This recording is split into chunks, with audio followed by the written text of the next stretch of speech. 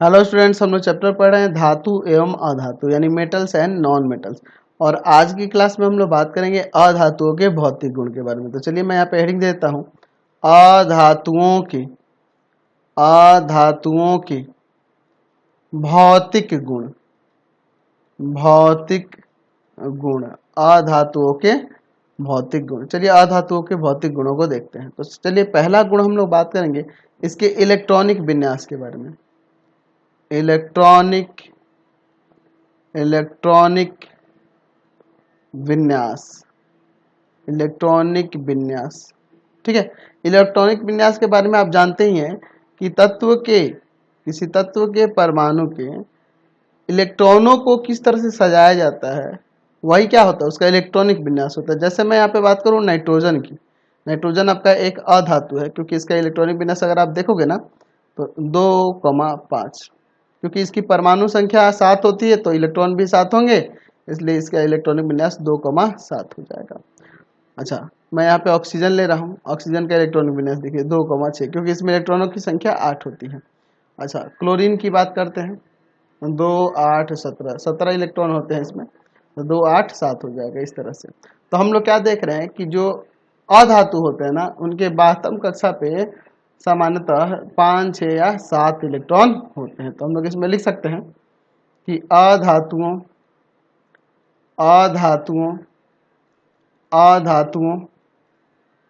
के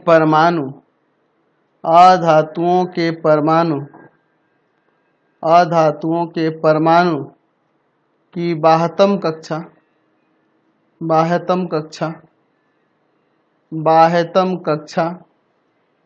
में साधारणतः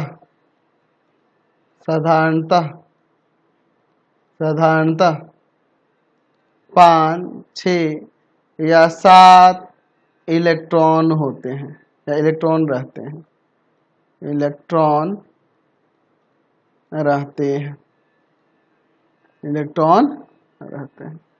अब जैसे हीलियम हुआ, हीलियम के बाह्यतम कक्षा पे 2 इलेक्ट्रॉन होता है। हाइड्रोजन हुआ, इनके बाह्यतम कक्षा पे 1 इलेक्ट्रॉन होता है, लेकिन फिर भी ये क्या है, अधातु है। समझ गया ना। तो इसीलिए मैंने यहाँ पे लिखा साधारणतः, किसी किसी में 1-2 भी हो सकते हैं, जैसे हाइड्रोजन हुआ, हीलियम हुआ, देख रहे हैं ना, इसके बाह्यतम कक्षा पे इस पे 1 इलेक्ट्रॉन, इस पे 2 इलेक्ट्रॉन है, तो ये भी आपका अधातु है। लेकिन समझ गया ना, लेकिन जनरली हम लोग देखेंगे तो 5, 6 या 7 इलेक्ट्रॉन ही रहते हैं, समझे ना। चलिए अब हम बात करेंगे विद्युत ऋणात्मकता की, यानी कि जो अधातु होते हैं ना वो विद्युत ऋणात्मक होते हैं।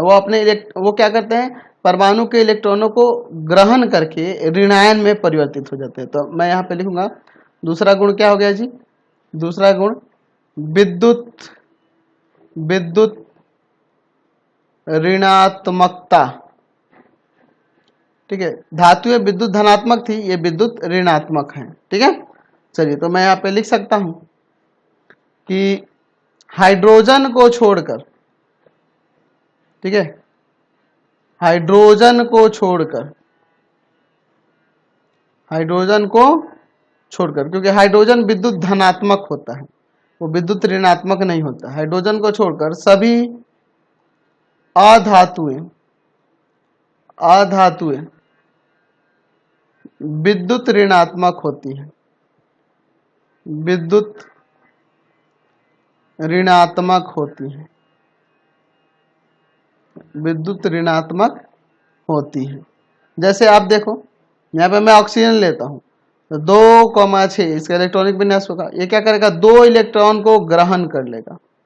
2 इलेक्ट्रॉन ग्रहण करके ये क्या करेगा, ऑक्सीजन आयन बन जाएगा, इस पे 2 माइनस चार्ज लग जाएगा। अब इसके इलेक्ट्रॉन 2, 8 हो गया। और ये अपने निकटतम उत्कृष्ट गैस नियोन के सदृश हो जाएगा, क्योंकि नियोन का भी इलेक्ट्रॉन विन्यास 2, 8 होता है ना, तो इसी का ये सदृश हो जा रहा है ना। अच्छा, जैसे क्लोरीन का देखो 2, 8, 7, ये क्या करेगा, 1 इलेक्ट्रॉन ग्रहण कर लेगा और ये अपना अष्टक पूरा कर लेगा, तो इसलिए इस पर ऋण चार्ज, दूसरे किसी से लिया है ना तो 1 इलेक्ट्रॉन लिया है, इसलिए ये इस पर ऋण चार्ज रहेगा। और इसका ये अपने निकटतम उत्कृष्ट किसके, आर्गन के सदस्य हो गया। उसका इलेक्ट्रॉनिक विन्यास आप जानते हैं 2, 8, 8 होता है। तो ये इसके अपने निकटतम उत्कृष्ट गैस के सदृश हो जा रहा है। ये अलग है, आप इसमें एरो देख के नहीं लिखना, मैं ये समझाने के लिए यहाँ पे ऐसे दिया हूँ। ठीक है, चलिए क्लियर है। यानी कि जो आपके हाइड्रोजन को छोड़कर जितने भी अधातु होते हैं सब विद्युत ऋणात्मक होते हैं। तो कहने का तात्पर्य है कि अपने परमाणु ये अपने परमाणु से इलेक्ट्रॉनों को ग्रहण कर क्या कर लेते हैं, ऋणायन में परिवर्तित हो जाते हैं। चलिए अगला गुण देखते हैं। तो जो अधातु होते हैं ना, अधातु, उनको अगर आप हथौड़े से पीटोगे ना तो वो भंगूर हो जाते हैं, यानी कि वो चूर चूर हो जाएंगे, या आप इनसे कोई चादर या तार नहीं बना सकते हो। ठीक है ना। यानी कह सकते हैं कि ये आघातवर्धनीय और तन्य नहीं होते हैं। तो यहाँ लिख सकते हैं कि अधातुएं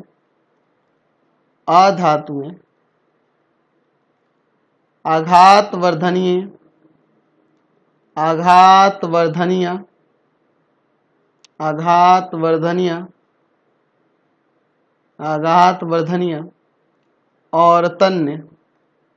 और तन्य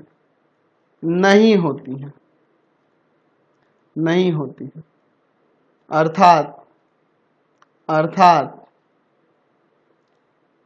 इनसे पीट कर चादर नहीं बनाया जा सकता है ना जी। इनसे पीट कर चादर नहीं बनाया जा सकता, और ना ही इन्हें खींचकर पतले तार के रूप में बदला जा सकता है,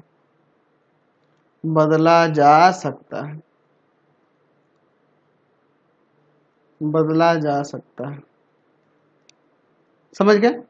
अच्छा, इनमें कोई भी विशेष प्रकार की चमक नहीं होती है, लेकिन ग्रेफाइट और आयोडीन में होती है। ठीक है। अधातुओं में कोई विशेष चमक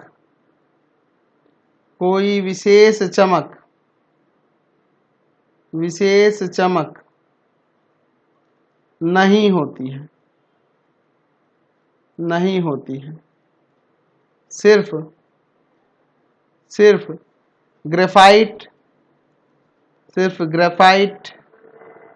सिर्फ ग्रेफाइट एवं आयोडीन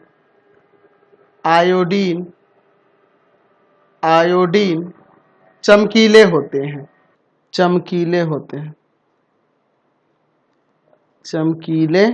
हैं, बाकी कोई अधातु नहीं होता है। समझ गए ना, चमकीले होते हैं। क्लियर है। चलिए आगे बढ़ते हैं। अच्छा, इसको जब हथौड़े से पीटेंगे तो इसमें कोई ध्वनि भी उत्पन्न नहीं होगी। तो लिख सकते हैं यहाँ पर हम लोग कि हथौड़े से पीटने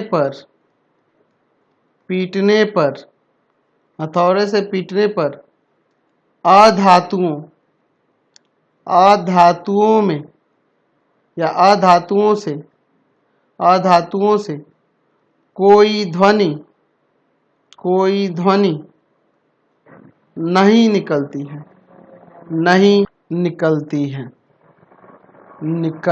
है। कोई भी ध्वनि उसमें से नहीं निकलेगी। हथौड़े से पीटेंगे ना तो वो चूर चूर हो जाएगा।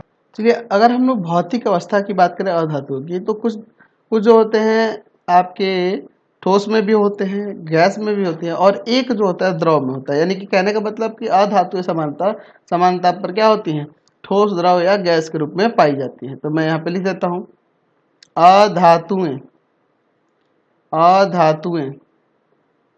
सामान्य ताप पर या कमरे के ताप पर लिख सकते हैं, सामान्य ताप पर ठोस द्रव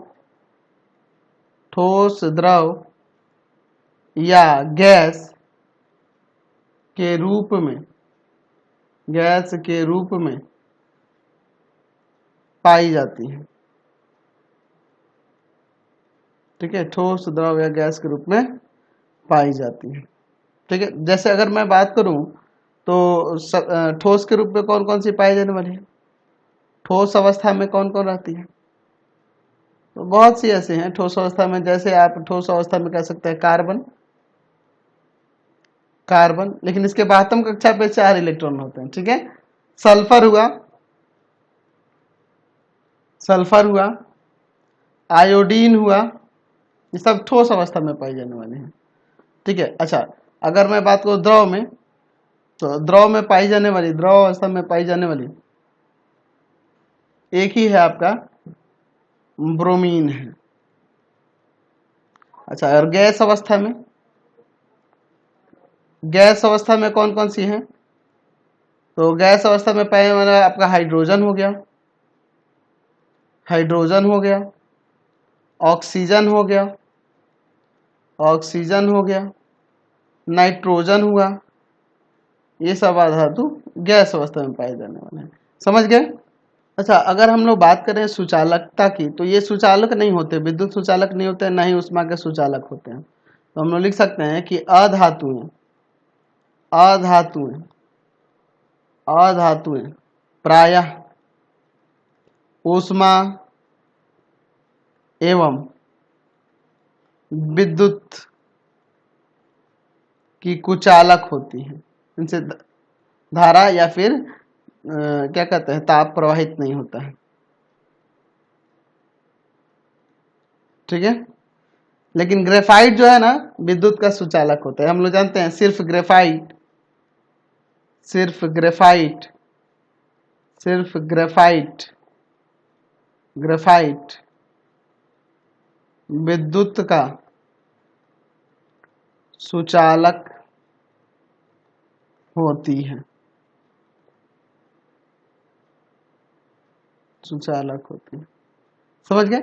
अच्छा, अगर हम लोग इसके द्रवणांक और क्वथनांक की बात करें, तो अधातुओं के द्रवणांक और क्वथनांक निम्न होता है, लेकिन ग्रेफाइट का द्रवणांक उच्च होता है, ठीक है। अधातु है लेकिन इसका ग्रेफाइट जो होता है उसका द्रवणांक और क्वथनांक उच्च होता है। तो हम लोग लिख सकते हैं कि अधातुओं, अधातुओं के द्रव्यणांक, द्रवणांक एवं क्वथनांक, एवं क्वथनांक, क्वथनांक निम्न होते हैं, निम्न होते हैं, निम्न होते हैं।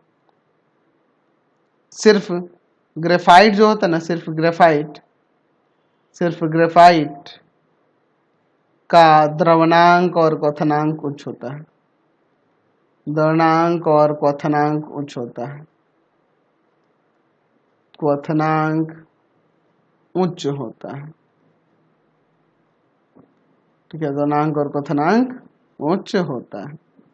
तो जैसे अगर हम लोग बात करें कुछ अधातुओं के द्रवणांक और क्वथनांक के बारे में, तो चलिए मैं यहाँ लिख देता हूँ अधातु, और उनके यहाँ द्रवणांक देखेंगे डिग्री सेल्सियस में, देख लेते हैं द्रवणांक डिग्री सेल्सियस में, और क्वथनांक भी, क्वथनांक भी डिग्री सेल्सियस में देख रहे हैं, ठीक है। अब इसके बाद देखिए, जैसे हम लोग लिखते हैं फास्फोरस के लिए, ठीक है, फास्फोरस की बात करते हैं। तो फास्फोरस की बात करें तो इसका द्रवणांक होता है 44 डिग्री सेल्सियस और क्वथनांक होता है 281 डिग्री सेल्सियस, ठीक है। ब्रोमीन की बात करें तो ब्रोमीन का द्रवणांक होता है -7 डिग्री सेल्सियस और क्वथनांक होता है 60 डिग्री सेल्सियस, ठीक है। अच्छा, ऑक्सीजन की बात करें तो ऑक्सीजन का द्रवणांक होता है -229 डिग्री सेल्सियस और क्वथनांक होता है -183 डिग्री। आपको होगा कि सर ये माइनस में क्यों हो रहा है, क्योंकि ये गैस है ना, निगेटिव में जाएंगे तभी ना द्रव में बदलेंगे, समझ रहे हैं ना बात को। चलिए, अच्छा मैंने बताया भी कि ग्रेफाइट का सबसे उच्च होता है, तो ग्रेफाइट का कितना होता है भाई?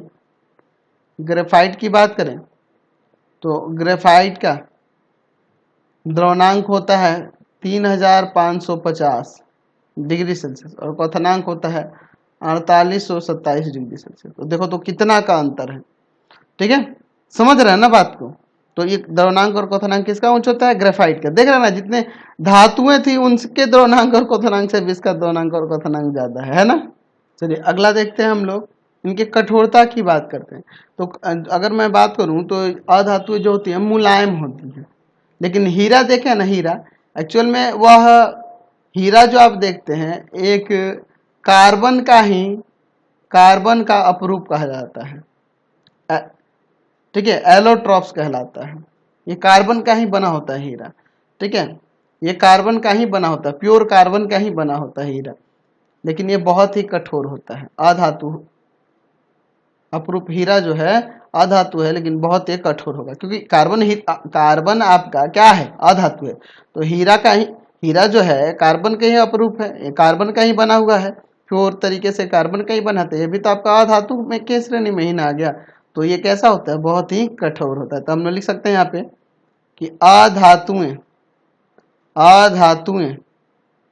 अधातुएं मुलायम होती हैं, मुलायम होती हैं, ठीक है, अधातुएं क्या होती है, मुलायम होती है। लेकिन अगर मैं बात करूं कार्बन के एक अपरूप हीरा की, तो हीरा बहुत ही कठोर होता है, ये कार्बन का ही बना होता है, प्योर कार्बन का। चलिए अगर हम लोग बात करें इनके घनत्व की, तो अधातु का घनत्व निम्न होता है। लिख सकते हैं कि अधातुओं, यानी ये हल्के होंगे, अधातुओं का घनत्व, अधातुओं का घनत्व निम्न होता है। अधातु का घनत्व क्या होता है, निम्न होता है। जैसे अगर हम लोग बात करते हैं सल्फर की, तो सल्फर का जो घनत्व होता है 2.07 प्रति ग्राम सेंटीमीटर क्यूब, ठीक है। ग्रेफाइट की बात करें, ग्रेफाइट भी हल्का ही होता है, ग्रेफाइट की बात करें तो ग्रेफाइट का घनत्व जो होता है 2.22 ग्राम प्रति सेंटीमीटर क्यूब होता है। अगर हम हीरा के घनत्व की बात करें तो हीरा का जो घनत्व होता है वह 3.51 ग्राम प्रति सेंटीमीटर क्यूब होता है। तो हमने यहाँ पर अधातुओं के भौतिक गुण देख लिए, और पिछले वीडियोज में हम लोग धातुओं के भौतिक गुण देखे थे। तो अब आप आसानी से बता सकते हो कि धातु और अधातु के गुण के आधार पर कैसे आप उनको डिफ्रेंशिएट करेंगे। आपको कुछ धातु और अधातु एक साथ दे दिए जाए तो आप उनको देख कर ही पता कर पाओगे कि कौन धातु है कौन अधातु। हम लोग उसका घनत्व देख लेंगे, उसका छोटा सा हिस्सा लेंगे, प्रति सेंटीमीटर क्यूब देख रहे हैं ना, इनका कम हो रहा है और उस धातु में ज्यादा होता था। ये मुलायम होती हैं, साइन नहीं करती हैं, धातु साइन करते हैं। तो ये सब चीजें देखकर हम आसानी से पता लगा सकते हैं धातु और अधातु के भौतिक गुणों के आधार पर हम आसानी से अंतर पता लगा सकते हैं। चलिए अगर अब आपसे कहा जाए कि धातु और अधातु में भौतिक अंतर क्या क्या हो सकता है, आपसे कह दे कि 6-7 अंतर लिखो कि धातु और अधातु में क्या क्या अंतर है, तो आप कैसे लिखेंगे? तो आप बहुत अच्छे तरीके से धातु और अधातु के बारे में अब जान चुके हो। मैं यहाँ पर लिख देता हूँ धातु और इधर लिख देता हूँ अधातु। अधातु हम लोग कई तरह से अंतर लिख सकते हैं। हम लोग पहला लिख सकते हैं इसमें धातु में कि धातुओं के बाह्यतम कक्षा पर 1, 2 या 3 इलेक्ट्रॉन रहते हैं। कक्षा पर समानता कर देते हैं, सामान्यतः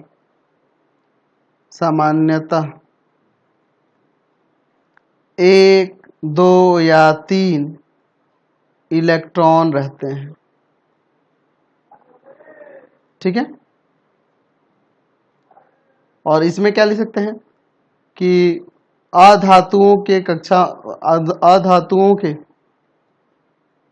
परमाणुओं के बाह्यतम कक्षा पे, ऐसे अच्छा रहेगा, अधातुओं के परमाणुओं के बाह्यतम कक्षा पर, परमाणुओं के बाह्यतम कक्षा पर, इसमें लिख देना धातुओं के परमाणुओं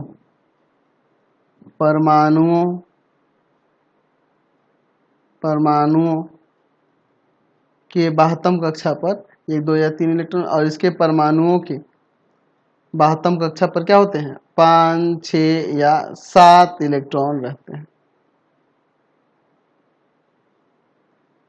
ठीक है। हम लोग कई तरह से लिख सकते हैं। हम लोग लिख सकते हैं इसमें धातु में कि धातुओं में एक विशेष प्रकार की चमक होती है, जिसे हम धातुई चमक कहते हैं। धातुओं में एक विशेष प्रकार की विशेष प्रकार की चमक होती है, चमक होती है, और अधातुओं में कोई चमक नहीं होती है। लेकिन आपका ग्रेफाइट जो है वो अपवाद है जिसमें चमक होती है। और आयोडीन भी अधातुओं में कोई चमक नहीं होती है, चमक नहीं होती है, ठीक है। लेकिन ग्रेफाइट और आयोडीन अपवाद है जिसमें चमक होती है। तो यहाँ लिख सकते हैं, लेकिन ग्रेफाइट एवं आयोडीन अपवाद है जो अधातु होते हुए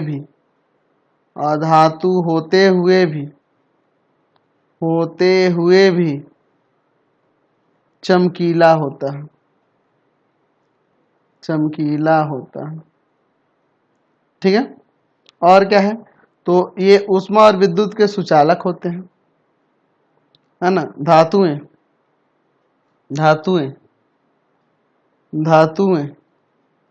प्रायः ऊष्मा एवं विद्युत की सुचालक होती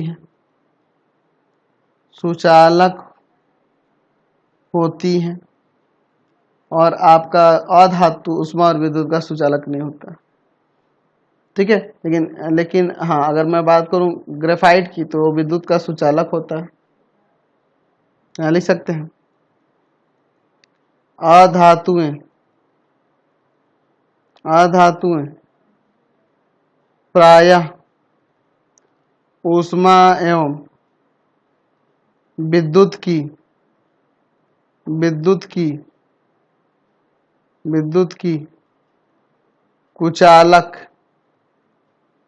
कुचालक होती हैं, ऊष्मा और विद्युत की कुचालक होती हैं, ठीक है। और क्या हो सकता है, साधारणतः धातुएं ठोस की अवस्था में पाई जाती हैं, धातुएं कठोर होती है, ऐसे लिख सकते हैं, धातुएं कठोर होती हैं।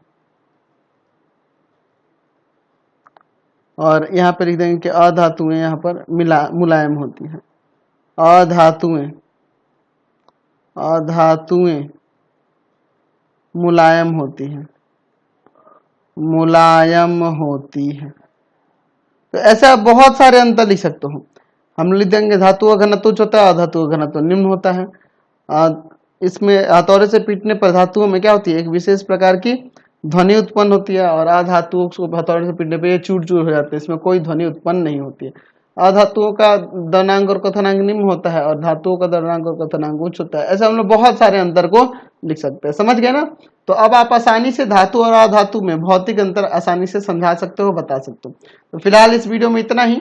नेक्स्ट वीडियो में आगे हम लोग बात करेंगे, अगले टॉपिक की चलेंगे। आपको हमारे 3 चैनलों को सब्सक्राइब करना होगा। पहला है पाथफाइंडर क्लासेस छपरा, दूसरा आपका भारती भवन रविकांत सर,